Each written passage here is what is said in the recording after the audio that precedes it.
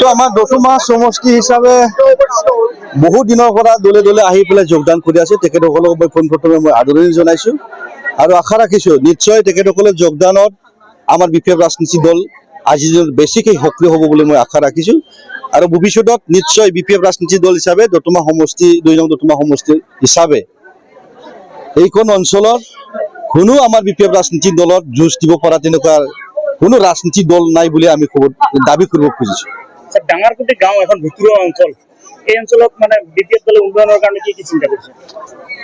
নিশ্চয় আমি বিগত দিনবোৰৰ পৰা নিশ্চয় এইখন অঞ্চলত ৰাস্তা ঘাট আমি বিপিএফ ৰাজনীতি দল হিচাপে আপোনালোকে নিশ্চয় নিজ চকুৰে দেখিবলৈ আপোনালোকে সক্ষম হৈছে।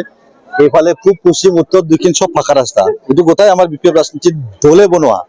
তো ইয়াত যদি কিবা ৰাইজৰ কিবা অভাৱ অভিযোগ এইটো নিশ্চয় আমি পূৰণ কৰিবৰ কাৰণে আমি চেষ্টা কৰিম আৰু বিগত যোৱা আমাৰ মন্দিৰখনত আমি অসম দৰ্শনৰ পৰা আমি ইয়াত চেংচন দিবলৈ আমি সক্ষম হৈছে আৰু নিশ্চয় এইখন অঞ্চলৰ আমাৰ গাৰ্জেনসকলে বা স্থানীয় ব্যক্তিসকলে যদি কিবা ৰাইজৰ উন্নতিৰ স্বাৰ্থৰ কাৰণে যদি কিবা বিচাৰে নিশ্চয় আমি ইয়াৰ সমাধান কৰাৰ ক্ষেত্ৰত আমি নিশ্চয় আগভাগ ল'ম।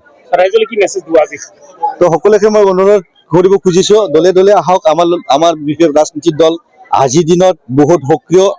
আমি অহা মে'ৰ 4 তাৰিখৰ পিছত আমি এনডিএৰ লগত অংশীদাৰ হিচাপে আমি অসমত চৰকাৰ বনাবলৈ গৈ আছে। ইয়াৰ কাৰণে মই সকলোকে মই অনুৰোধ কৰিব খুজিছোঁ, চবে বিভিন্ন জাতি জনগোষ্ঠী চবে আহক, বিভিন্ন ধৰ্মাৱলম্বী একেলগে আমাৰ দলৰ লগত আহক। আমি একেলগে বিটিচিখন আগুৱাই লৈ যোৱাৰ স্বাৰ্থত আমাৰ এইখন অঞ্চলৰ উন্নতিৰ স্বাৰ্থত যাতে একেলগে থাকি পেলাই কাম কৰিবলৈ আগবাঢ়ি আহে তাৰ কাৰণে মই সকলোকে মই অনুৰোধ জনাইছোঁ।